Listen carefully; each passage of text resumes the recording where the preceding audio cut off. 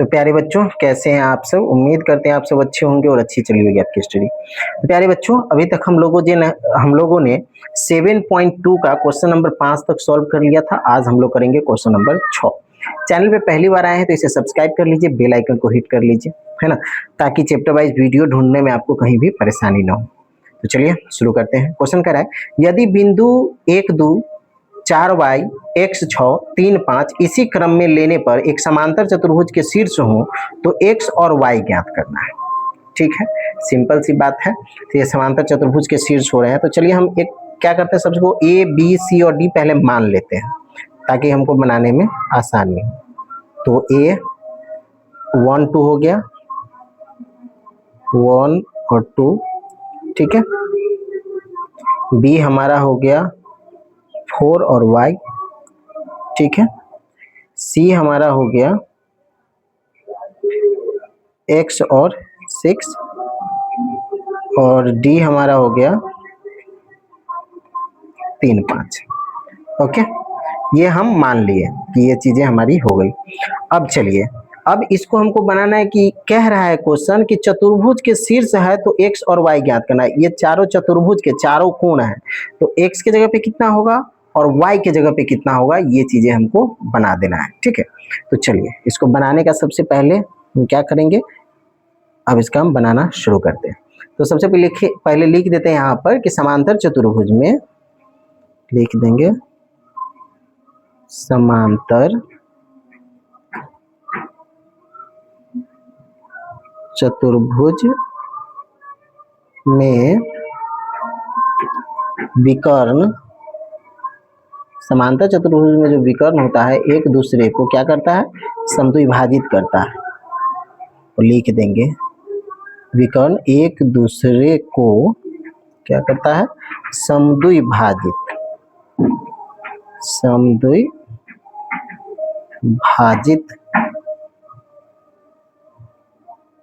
करता है। ओके, ये चीजें हो गई। एक दूसरे को क्या करता है, जो इसका विकर्ण होता है वह समद्विभाजित करता है। यानी कि AC मान लेते हैं, A और C इसका मध्य बिंदु हो जाएगा और बराबर में इसका B और D, ठीक है। और इस पर जो विकर्ण बनेंगे सो क्या होगा, एक दूसरे को समद्विभाजित करेगा। तब इसको बनाने के लिए सिंपली सी हम फॉर्मूला लगाएंगे।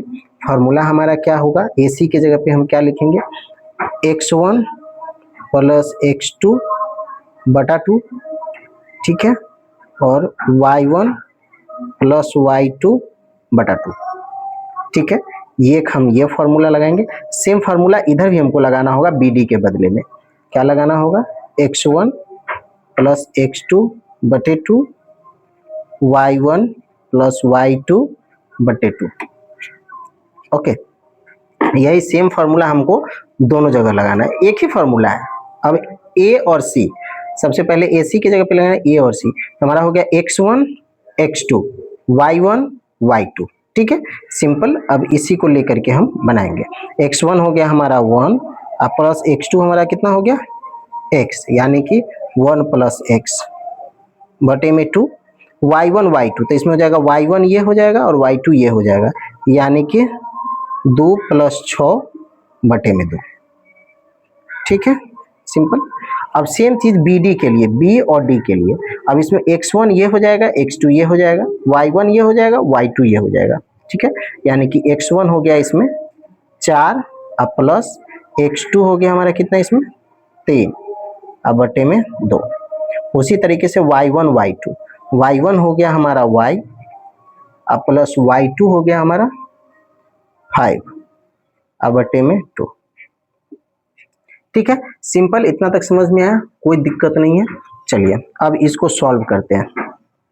सॉल्व मतलब जो भी कटने खुटने वाला है, अब इसको काट खुट करके हमको बराबर करना है। चलिए, तो 1 प्लस x बटे 2, ये हो जाएगा 6 2 8 अब बटे में 2, तो 2 से 8 कट जाएगा तो कितना हो जाएगा 4। हम यहाँ पे थोड़ा शॉर्ट कर देते हैं कि लिख दे, जैसा हो शॉर्ट लिखिएगा तो ज़्यादा बेटर है, जोड़ के लिख ही देते हैं, ठीक है। ये हो गया, ओके। अब इधर हो जाएगा हमारा 4 और 3 7 बटे में 2, इधर हो जाएगा y प्लस 5 बटे में 2। ओके, ठीक है, ये सेम चीजें हम यहाँ पे नोट कर दिए। अब चलिए इसको सॉल्व कर लेते हैं। अब फिर यहाँ पे एक बार ये कट रहा है, ठीक है ना, और कोई ये बात नहीं है। चलिए 1 प्लस एक्स बटे 2, यहाँ पे हम डायरेक्ट काट के अगर 4 लिख देते तो एक ये जो स्टेप है ये हमारा स्किप हो जाता, लेकिन आपको समझ में आया इसलिए हम क्या किए हैं, इसको यहाँ पे लिख दिए, एक स्टेप बढ़ा दिए हैं। बाद में आपको कंफ्यूजन नहीं हो कि ये 4 कहाँ से आया है, इसके लिए हमने यहाँ पे लिखा। और इधर हो गया हमारा 7/2 same as it is y plus 5/2। ठीक है, ओके। चलिए अब दोनों साइड जब इक्वल इक्वल आ गया तो अब हमें क्या करना है, तो सिंपल कुछ नहीं, इस 4 से इसमें गुना कर देना है, इस नंबर से इसमें गुना कर देना है, बस इतना ही सा काम करना है। और वो कैसे होगा वो अभी हम करके बता रहे हैं, आपको टेंशन नहीं लेना है। 1 प्लस एक्स बटे में 2 और इक्वल टू में लिख दीजिए 7/2। ठीक है, अब सेम चीज इधर 4 है तो 4 ये इधर हो गया एक, ठीक है, और वही चीज सेम काम इधर भी करना है हमको, तो 4 और गुना करना है किसमें, y प्लस 5 में, तो बराबर में हो जाएगा y प्लस 5 बटे में 2। ठीक है, सिंपल इतना ही करना ही था। अब चलिए हम लोग इसको सॉल्व करते हैं। यहाँ पे क्या होगा, क्रॉस गुना। ठीक है, 2 से 1 में गुना कर देंगे 2, अब प्लस 2 से x में गुना कर देंगे 2x, अब बराबर 7 से 2 में गुना कर देंगे 14। ठीक है, सिंपल।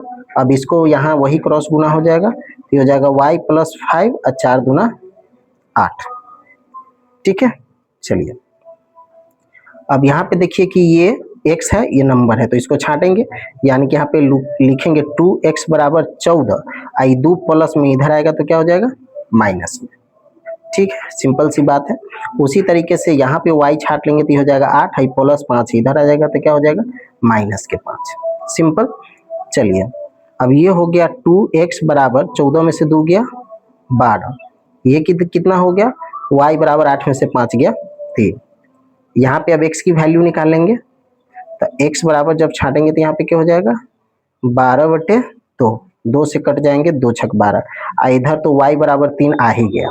अब हमारा आंसर मिल चुका है। हमारा आंसर कितना हो गया, x बराबर 6 और y बराबर 3।